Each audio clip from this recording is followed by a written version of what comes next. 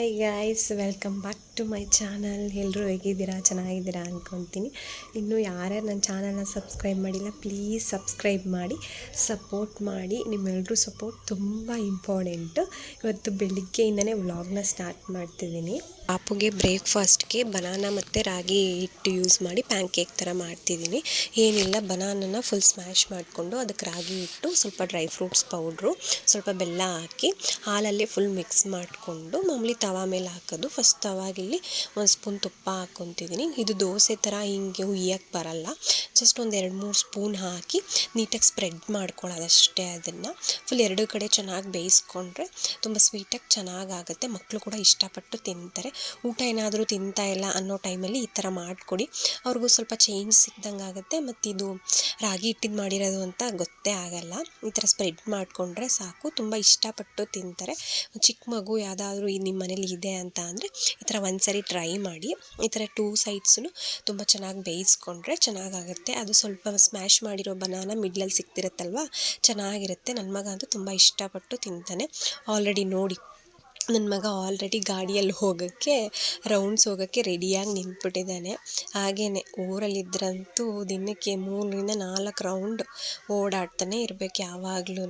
ನಮ್ಮಪ್ಪ ಎಲ್ಲಾದರೂ ಆಚೆ ಹೋಗ್ತಿದ್ದಾರೆ ಅಂದರೆ ಫಸ್ಟ್ ಅವನನ್ನು ಊರೆಲ್ಲ ಒಂದು ರೌಂಡ್ ಹಾಕ್ಸ್ಕೊಂಡು ಕರ್ಕೊಂಬಂದು ಮನೆಗೆ ಬಿಟ್ಟು ಆಮೇಲೆ ಅವರು ಹೋಗಬೇಕು. ಅದೇ ಥರ ಮಾಡ್ಕೊಂಬಿಟ್ಟಿದ್ದಾನೆ. ಅದೇ TVS ಅಲ್ಲಾದರೆ ಮುಂದೆ ನಿಂತ್ಕೊಳ್ಳೋಕ್ಕಿರುತ್ತಲ್ವ, ಅದಕ್ಕೆ ಆ ಬೈಕಲ್ಲೇ ಕರ್ಕೊಂಡು ಹೋಗ್ತಾರೆ ಯಾವಾಗ್ಲೂ. ಅವನಿಗೂ ಏನೋ ಒಂಥರ ಖುಷಿ, ಒಂದು ರೌಂಡೆಲ್ಲ ಓಡಾಡ್ಕೊಂಡು ಬಂದರೆ ಅವನಿಗೂ ಸ್ವಲ್ಪ ಸಮಾಧಾನ. ಆಮೇಲೆ ನಮ್ಮಪ್ಪ ಎಲ್ಲೋದ್ರೂ ಕೇಳಲ್ಲ, ಬರ್ತೀನಿ ಅಂತಲೂ ಹೇಳಲ್ಲ. ಅವನು ಬಾಯಿ ಮಾಡಿ ಕಳಿಸ್ತಾನೆ. ಆಮೇಲೆ ಪಾಪುಗೂ ಕೂಡ ಸ್ನಾನ ಮಾಡಿಸಿ ಅವನು ಫ್ರೆಶ್ ಅಪ್ ಮಾಡಿ ಅವನಿಗೂ ರೆಡಿ ಮಾಡ್ತಿದ್ದೆ. ತಲೆ ಸ್ನಾನ ಏನು ಮಾಡಿಸಿಲ್ಲ, ಹಂಗೆ ಮೈ ಸ್ನಾನ ಮಾಡಿಸಿದ್ದೆ. ನಿನ್ನೆ ಅಷ್ಟೇ ತಲೆ ಸ್ನಾನ ಎಲ್ಲ ಮಾಡಿಸಿದ್ದೆ. ಸೊ ಅವನಿಗೂ ಎಲ್ಲ ರೆಡಿ ಮಾಡಿ, ನನಗೂ ಇನ್ನೂ ಮನೆ ಕೆಲಸ ತುಂಬ ಇತ್ತು, ರೂಮೆಲ್ಲ ಕ್ಲೀನ್ ಮಾಡೋದಿತ್ತು. ಕ್ಲೀನ್ ಮಾಡ್ಕೊಬೇಕು ಅಂತೇಳಿ ಅವನಿಗೆ ಫಸ್ಟ್ ಸ್ನಾನ ಮಾಡಿಸಿ ರೆಡಿ ಮಾಡಿಬಿಟ್ಬಿಟ್ರೆ ನೆಕ್ಸ್ಟ್ ನಾನು ಕೆಲಸ ಮಾಡ್ಕೋಬೋದು ಅಂತ. ನಾನು ರೂಮಿನ ಬೆಡ್ಶೀಟೆಲ್ಲ ಚೇಂಜ್ ಮಾಡಬೇಕಿತ್ತು, ತುಂಬ ದಿನ ಆಗಿತ್ತು ಚೇಂಜ್ ಮಾಡಿರಲಿಲ್ಲ. ಸೊ ಚೇಂಜ್ ಮಾಡಿ ರೂಮೆಲ್ಲ ಒಂದು ಸ್ವಲ್ಪ ಹಾಗೆ ಕ್ಲೀನ್ ಮಾಡ್ಕೊಳ್ಳೋಣ ಅಂತ ಮಾಡ್ಕೊತಿದ್ದೀನಿ. ನಮಗೆ ಸೂತಕ ಆಗಿತ್ತಲ್ವ, ಸೊ ನಾವು ಗೌರಿ ಹಬ್ಬ ಕೂಡ ಏನು ಮಾಡ್ತಾಯಿಲ್ಲ. ಬಟ್ ಬೆಡ್ಶೀಟೆಲ್ಲ ಒಂದು 15 ಡೇಸ್ಗೆ ಒಂದ್ಸರಿ ಚೇಂಜ್ ಮಾಡಿಬಿಡ್ತೀನಿ. ಪಾಪನು ಓಡಾಡ್ತಿರ್ತಾನೆ, ಒಂದೊಂದು ಟೈಮ್ ಸುಸ್ಸು ಕೂಡ ಮಾಡಿಬಿಟ್ಟಿರ್ತಾನೆ. ಹಂಗಾಗಿ ಅವಾಗವಾಗ ಚೇಂಜ್ ಮಾಡಿ ಕ್ಲೀನ್ ಮಾಡ್ಕೊತಾ ಇರಬೇಕು. ಸೊ ಕಿಟಕಿ ಎಲ್ಲ ತೆಗೆದು, ನಮ್ಮ ರೂಮಿಗಂತೂ ಕಿಟಕಿ ತೆಗೆದ್ರೆ ಒಳ್ಳೆ ಗಾಳಿ ಬೆಳಕು ಬರುತ್ತೆ, ಚೆನ್ನಾಗಿದೆ. ಅಲ್ಲೆಲ್ಲ ಒರೆಸಿ ನೀಟಾಗಿ ಧೂಳಾಗ್ಬಿಡತ್ತಲ್ವ, ಸೊ ನೀಟಾಗಿ ಒರೆಸಿ ಎಲ್ಲವನ್ನು ರೂಮ್ ಕ್ಲೀನ್ ಮಾಡ್ಕೊಳ್ಳೋಣ ಅಂತ ಮಾಡ್ಕೊತಾ ಇದ್ದೀನಿ. ಎಷ್ಟು ಕ್ಲೀನ್ ಮಾಡಿದ್ರೂ ಕಡಿಮೆನೇ ಅಲ್ವಾ, ಧೂಳು ಆಗ್ತಾನೇ ಇರುತ್ತೆ. 3 ದಿನಕ್ಕೆ 4 ದಿನಕ್ಕೆ ಒಂದ್ಸರಿ ಒರೆಸ್ಕೊತಾನೇ ಇರಬೇಕು. ಎಷ್ಟು ಕ್ಲೀನ್ ಮಾಡಿದ್ರೂ ಕಡಿಮೆನೇ ಅನಿಸುತ್ತೆ ಒಂದೊಂದು ಟೈಮ್ ಅಂತೂ. ಒಂದೊಂದ್ಸರಿ ಬೇಜಾರೇ ಆಗುತ್ತೆ, ಅಯ್ಯೋ ಮಾಡ್ತಾನೇ ಇರಬೇಕಲ್ಲ ಅಂತ, ನಮಗೂ ರೆಸ್ಟ್ ಬೇಕು ಅನ್ನೋ ಥರ ಬೇಜಾರಾಗ್ಬಿಡುತ್ತೆ. ಬಟ್ ಏನು ಮಾಡೋಕ್ಕಾಗಲ್ಲ, ನಮ್ಮ ಮನೆ ಕ್ಲೀನಾಗಿರಬೇಕು ಅಂದರೆ ಮಾಡ್ಕೊಳ್ಳೇಬೇಕಲ್ವ. ಸೊ ಬೆಡ್ಡೆಲ್ಲ ಹಾಗೆ ಒರೆಸ್ಕೊಂಡು, ಪಾಪು ಏನಾದರೂ ಸುಸ್ಸು ಮಾಡಿದ್ರೆ ಬೆಡ್ ಹಾಳಾಗಬಾರ್ದು ಅಂತ ಬೆಡ್ ಕವರ್ ಕೂಡ ವಾಟರ್ ಪ್ರೂಫ್ದು ಹಾಕಿದ್ದೀನಿ. ಅವ್ನು ಸುಸ್ಸು ಮಾಡಿದ್ರು ಬೆಡ್ ಏನು ಹಾಳಾಗಲ್ಲ, ಜಸ್ಟ್ ಅದನ್ನೆಲ್ಲ ಚೇಂಜ್ ಮಾಡಿ ಒಗೆದು ಹಾಕ್ಕೊಂಡ್ರೆ ಆಯ್ತು ಅಷ್ಟೇ. ಆ ಥರ ಹಾಕ್ಕೊಂಡ್ರೆ ಬೆಸ್ಟ್ ಅಲ್ವಾ, ಬೆಡ್ಡೆಲ್ಲ ಹಾಳಾಗಲ್ಲ. ಇಲ್ಲಾಂದರೆ ಬೆಡ್ ಕೂಡ ಹಾಳಾಗ್ಬಿಡುತ್ತೆ. ಬೆಡ್ಡೆಲ್ಲ ಕ್ಲೀನ್ ಮಾಡಿಕೊಂಡು ನೀಟಾಗೆಲ್ಲ ಕ್ಲೀನ್ ಮಾಡಿಕೊಂಡೆ. ಆಮೇಲೆ ಬೆಡ್ಶೀಟೆಲ್ಲ ಬೇರೆದು ಹಾಕಿ ನೀಟಾಗಿ ಕವರ್ ಮಾಡ್ತಿದ್ದೀನಿ.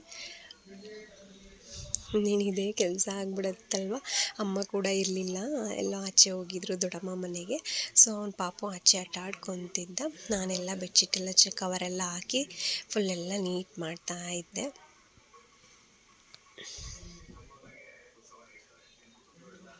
ಡ್ರೆಸ್ಸಿಂಗ್ ಟೇಬಲೆಲ್ಲ ನೋಡಿ ಎಷ್ಟು ಗಲೀಜಾಗಿದೆ. ಹೂವಿನ ಹಾರ ಮಾಡೋಣ ಅಂತ ಬ್ಲೌಸ್ ಪೀಸ್ ಎಲ್ಲ ಕಟ್ ಮಾಡಿ ಇಟ್ಟಿದ್ದೆ. ನನ್ನ ಮಗ ಎಲ್ಲ ಹರಡಿ ಇಟ್ಟಿದ್ದಾನೆ, ನಾನು ಒಂದೊಂದು ವಸ್ತು ಎಲ್ಲ ಹಾಗೆ ಇಟ್ಬಿಟ್ಟಿದ್ದೆ. ಸೊ ಎಲ್ಲ ನೀಟಾಗಿ ಎತ್ತಿಟ್ಟು ಕ್ಲೀನ್ ಮಾಡ್ಕೊಳ್ಳೋಣ ಅಂತ ಮಾಡ್ಕೊತಾ ಇದ್ದೀನಿ. ನಾನು ಇದನ್ನು ಯೂಟ್ಯೂಬಲ್ಲಿ ನೋಡೇ ಟ್ರೈ ಮಾಡಿದೆ, ತುಂಬ ಚೆನ್ನಾಗಿ ಬಂತು. ಇನ್ನೊಂದು ಮಾಡೋಣ ಅಂತ ಹೇಳಿ ಬ್ಲೌಸ್ ಪೀಸ್ ಕಟ್ ಮಾಡಿ ಇಟ್ಟಿದ್ದೀನಿ, ಅದನ್ನೊಂದು ಮಾಡಬೇಕು. ಇದನ್ನು ಟ್ರೈ ಮಾಡಿದೆ, ಇದು ಯಾಕೋ ಚೆನ್ನಾಗಿ ಬಂದಿಲ್ಲ ಅನ್ನಿಸ್ತು, ಪುಟ್ಟದಂಗೆ ಮಾಡೋಣ ಅಂತ. ಸೊ ಅದನ್ನು ಹಂಗೆ ಇಟ್ಟು ಬೇರೆದನ್ನು ಟ್ರೈ ಮಾಡೋಣ ಅಂತ ಎಲ್ಲ ಕಟ್ ಮಾಡಿ ಇಟ್ಟಿದ್ದೀನಿ. ನಾಳೆಯಿಂದ ಸ್ಟಾರ್ಟ್ ಮಾಡಬೇಕು ಅದನ್ನು ಕೂಡ. ಹೇಗೆ ಬರುತ್ತೆ ನೋಡೋಣ. ಚೆನ್ನಾಗಿ ಬಂದರೆ ಖಂಡಿತವಾಗ್ಲೂ ನಿಮ್ಮ ಜೊತೆನೂ ಶೇರ್ ಮಾಡ್ಕೊತೀನಿ ಅದನ್ನು. ನೋಡಿ ಆವಾಗವಾಗ ಕ್ಲೀನ್ ಮಾಡಿಕೊಂಡ್ರೆ ಇಷ್ಟು ರಿಸ್ಕೇ ಇರಲ್ಲ. ನಾವು ಒಂದೊಂದು ಆಗಾಗೆ ಇಟ್ಬಿಟ್ಟಿರ್ತೀವಿ, ಹಾಗಾಗಿ ಲಾಸ್ಟಲ್ಲಿ ಎಲ್ಲವನ್ನು ತೆಗೆದು ಕ್ಲೀನ್ ಮಾಡಬೇಕು ಅಂದರೆ ಎಷ್ಟು ರಿಸ್ಕ್ ಆಗಿಬಿಡುತ್ತೆ. ಮತ್ತು ಡ್ರೆಸ್ಸಿಂಗ್ ಟೇಬಲ್ ಕೂಡ ಸ್ವಲ್ಪ ಧೂಳು ಕೂಡ ಆಗಿತ್ತು. ಮೇಲಿರೋ ಐಟಮ್ಸ್ನೆಲ್ಲ ತೆಗೆದು ಕೆಳಗಡೆ ಇಟ್ಟು ಎಲ್ಲನೂ ನೀಟಾಗಿ ಒರೆಸಿ ನೀಟಾಗಿ ಎತ್ತಿಡೋಣ ಅಂತ ಹೇಳಿ ಎಲ್ಲ ಕ್ಲೀನ್ ಮಾಡ್ಕೊತಾ ಇದ್ದೀನಿ. ನನ್ನ ಮಗ ಕೂಡ ಆಚೆ ಸೈಲೆಂಟಾಗಿ ಏನೋ ಆಟ ಆಡ್ಕೊತಿದ್ದ, ಇಲ್ಲ ಅಂದರೆ ಅವನು ಒಂದು ಅದು ಇದು ಅಂತ ಹೇಳಿ ಟಾರ್ಚರ್ ಕೊಡ್ತಾನೆ, ಹಠ ಮಾಡ್ತಾನೆ. ಮತ್ತು ಏನು ಮಾಡಿಲ್ಲ, ಸ್ನಾನ ಮಾಡಿಸಿ ಬಿಟ್ಟಿದ್ದೆ. ಅಜ್ಜಿ ಕೂಡ ಇದ್ದರು, ನೋಡ್ಕೊತಾ ಇದ್ದರು. ಇವನು ಪಾಡಿಗೆ ಇವನು ಅದು ಇದು ಏನೇನೋ ಆಟ ಆಡ್ಕೊತಾ ಇದ್ದ. ಆವಾಗವಾಗ ಕ್ಲೀನ್ ಮಾಡಿಕೊಂಡ್ರೆ ನಮಗೂ ಕೂಡ ಈಸಿ ಆಗುತ್ತೆ. ನೋಡಿ ಮೇಲೆಲ್ಲ ವಸ್ತುಗಳೆಲ್ಲ ತೆಗೆದು ಕೆಳಗಡೆ ಇಟ್ಟು ಅದು ಕೋಲಿನ ಖಾಲಿಯಾಗಿತ್ತು. ಜಸ್ಟ್ ವಾಟರ್ನ ಅದಕ್ಕೆ ಹಾಕಿ ಸ್ಪ್ರೇ ಮಾಡಿ ಅದನ್ನು ಒರೆಸ್ಕೊತಾ ಇದ್ದೀನಿ, ನೀಟಾಗಿ ಕ್ಲೀನ್ ಆಗುತ್ತೆ ಅಂತ ಹೇಳಿ. ಅಷ್ಟರಲ್ಲಿ ನನ್ನ ಮಗ ಕೂಡ ಮಲ್ಕೊತೀನಿ ಅಂತ ಹೇಳಿ ಮಲ್ಕೊಂಬಿಟ್ಟ.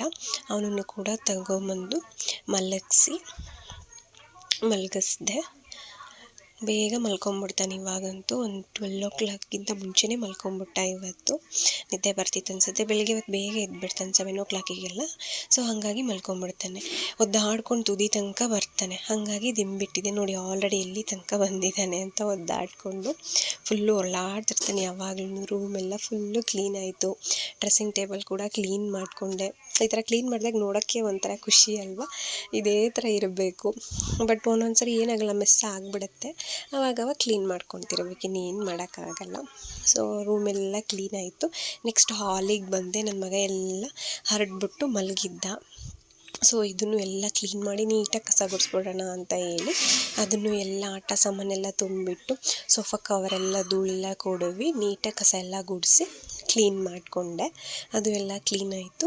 ಮನಿ ಪ್ಲ್ಯಾಂಟ್ ಕೂಡ ತುಂಬ ಚಿಗುರುತ್ತಾ ಇತ್ತು ಇವಾಗ ನೋಡಿ, ತುಂಬ ಖುಷಿ ಆಯಿತು. ಕೆಳಗಡೆ ಕೂಡ ಒಂದು ಗಿಡ ಬರ್ತಿದೆ, ಅದನ್ನು ನೋಡಿ ತುಂಬಾ ಖುಷಿ ಆಯಿತು. ಚೆನ್ನಾಗಿ ಬರ್ತಿದೆ, ಹೀಗೆ ಚೆನ್ನಾಗಿ ಸಿಗಿರೋದು ಇನ್ನೂ ಖುಷಿಯಾಗುತ್ತೆ.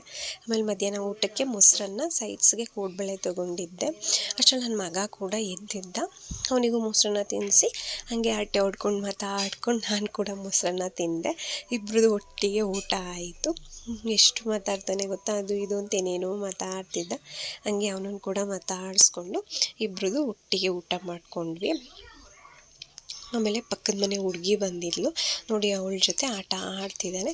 ಆ ಥರ ಮಕ್ಳಿಗೆ ಯಾರಾದರೂ ಜೊತೆಗೆ ಬಂದುಬಿಟ್ರೆ ಎಷ್ಟು ಖುಷಿಯಿಂದ ಆಟ ಆಡ್ತಾರಲ್ವ, ಒಬ್ಬರೇ ಇರೋದಕ್ಕಿಂತ ಅದ್ರ ಜೊತೆಗೆ ಯಾರಾದರೂ ಒಬ್ಬರಿದ್ದರೆ ತುಂಬಾ ಖುಷಿ ಆಗುತ್ತೆ ಅವರಿಗೂ. ಅವಳು ಬಂದರೆ ಎಷ್ಟು ಖುಷಿಪಟ್ಟು ಆಟ ಆಡ್ತಾನೆ ಗೊತ್ತಾ. ಅವಳು ಚೆನ್ನಾಗಿ ಆಟ ಆಡಿಸ್ತಾಳೆ ಇವನನ್ನು. ಇಬ್ಬರು ಚೆನ್ನಾಗಿ ಆಟ ಆಡ್ಕೊತಾ ಇದ್ದರು. ಅದನ್ನ ಒಂಚೂರು ಕ್ಲಿಪ್ಪಿಂಗ್ಸ್ ತೊಗೊಂಡೆ ಹಾಗೇ. ಆಮೇಲೆ ಆಚೆ ಒಂದು ನಾಯಿ ಮರಿ ಕೂಡ ಬಂದಿತ್ತು. ಅದನ್ನಂತೂ ಕರಿತಾನೇ ಇದ್ದ ಇವನಿಗೂ ನಾಯಿ ಬೆಕ್ಕು ಅಂದರೆ ನನ್ನ ಥರನೇ ತುಂಬಾ ಇಷ್ಟಪಡ್ತಾನೆ.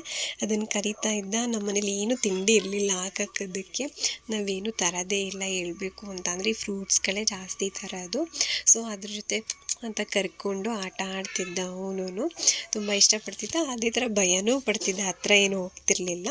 ಅದನ್ನು ಕರೆಯೋದು, ಅದು ಬಂದಿದ್ದ ತಕ್ಷಣ ಸ್ವಲ್ಪ ದೂರ ಓಡ್ಬಿಡೋದು, ಹಂಗೆ ಮಾಡ್ತಿದ್ದ. ಹಂಗೆ ಸ್ವಲ್ಪ ಹೊತ್ತು ಆಚೆಗಡೆ ಆಟ ಆಡಿದ್ವಿ ನೋಡಿ. ಅದ್ರ ಹಿಂದೆನೇ ಹೋಗ್ತಾನೆ. ಅದೇನಾದರೂ ಒಂಚೂರು ಇವನ ಕಡೆ ಬಂತು ಅಂದರೆ ವಾಪಸ್ ಬಂದುಬಿಡ್ತಿದ್ದ, ಹೀಗೆ ಮಾಡ್ತಿದ್ದ. ಬಟ್ ಅದ್ರ ಜೊತೆ ಆಟ ಆಡಬೇಕು ಅನ್ನೋ ಖುಷಿನೂ ಇದೆ, ಅದನ್ನ ನೋಡಿದ ತಕ್ಷಣ ಭಯನೂ ಆಗುತ್ತೆ. ಹಂಗೆ ಆಮೇಲೆ ಅದು ಹೋಗೇ ಬಿಡ್ತು ಆ ಕಡೆ. ಆಮೇಲೆ ನಾವು ಮನೆಗೆ ಹೋದ್ವಿ. ಒಂದು ಕಪ್ ಟೀ ಮಾಡ್ಕೊಳ್ಳೋಣ ಅಂತ ಹೇಳಿ ಟೀ ಮಾಡಿಕೊಂಡು ಟೀ ಕುಡಿದೆ. ಯಾವಾಗಲೂ ನಾನು ಈ ವಿಂಡೋ ಹತ್ರನೇ ಜಾಸ್ತಿ ಟೀ ಕಾಫಿ ಕುಡಿಯೋದು. ಏನೋ ಒಂಥರ ಆಚೆ ಎಲ್ಲ ನೋಡಿಕೊಂಡು ಹಾಗೆಯೇ ಕುಡಿತಿರ್ತೀನಿ, ಏನೋ ಒಂಥರ ಸಮಾಧಾನ ಅನಿಸುತ್ತೆ ಹಾಗಾಗಿ. ಆಮೇಲೆ ಈವ್ನಿಂಗು ಅದು ಹೂವಿನ ಹಾರ ಮಾಡ್ತಿದ್ದೀನಿ ಅಂತ ಹೇಳಿದ್ನಲ್ವ, ಅದನ್ನು ಎಲೆ ಟೈಪಲ್ಲಿ ಕಟ್ ಮಾಡಿ, ಎಲೆ ಶೇಪಿಗೆ ಕಟ್ ಮಾಡಿ ಅದು ಎಡ್ಜಸ್ ಎಲ್ಲ ಬರ್ನ್ ಮಾಡ್ಕೋಬೇಕು. ಅದನ್ನೆಲ್ಲ ಮಾಡಿ ಇಟ್ಕೊತಾ ಇದ್ದೆ.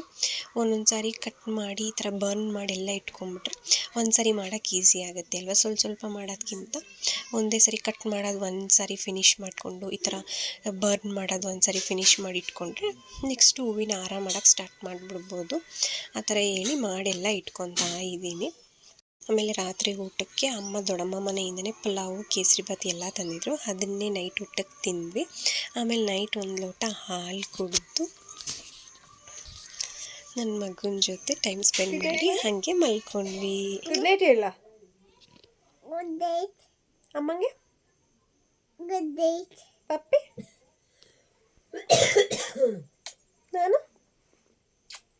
ಗುಡ್ ನೈಟ್ ಕಂದ. Good night.